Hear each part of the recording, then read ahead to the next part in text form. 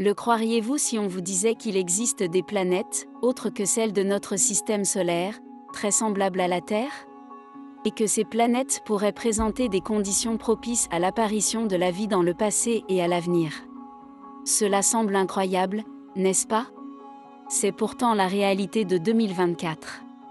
Les scientifiques de la NASA ont confirmé l'existence de plus de 5000 planètes extraterrestres flottant à proximité de la Terre et de notre galaxie et présentant des conditions propices à la vie. Pour les physiciens et les astronomes, ces planètes extraterrestres dotées d'un environnement propice à la vie sont la lumière au bout du tunnel.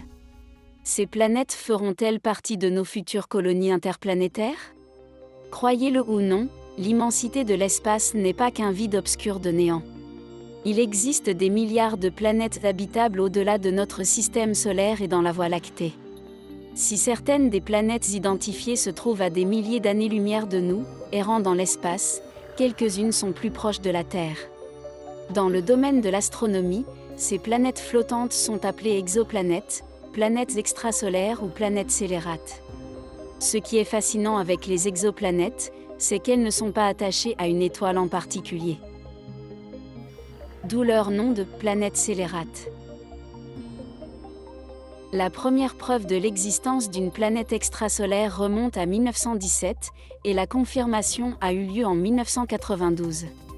En 1988, une autre planète a été détectée, mais elle n'a été confirmée qu'en 2003.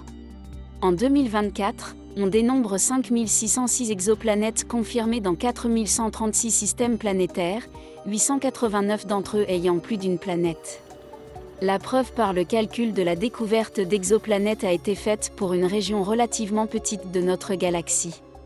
Le terme « petit » est utilisé pour désigner les planètes qui se trouvent à des milliers d'années-lumière de notre système solaire. Le satellite TESS de la NASA a permis de découvrir des milliers de planètes extrasolaires dans la zone habitable de l'espace.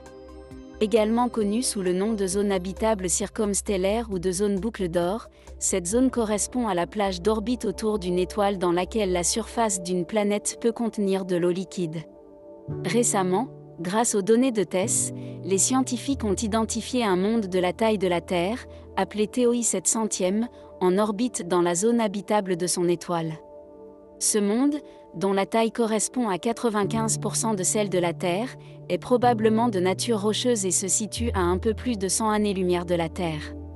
Mais il existe de nombreuses planètes scélérates flottant librement qui sont beaucoup plus proches de la Terre d'un point de vue astronomique et qui sont susceptibles d'abriter la vie. Tout d'abord, nous avons GJ 1061d. C'est l'une des planètes habitables les plus proches de la Terre, située à seulement 12 années-lumière dans la constellation méridionale de l'Horloge. Cette planète scélérate orbite dans les limites de la zone habitable définie de son étoile mère, une naine rouge, et est au moins 64% plus massive que la Terre.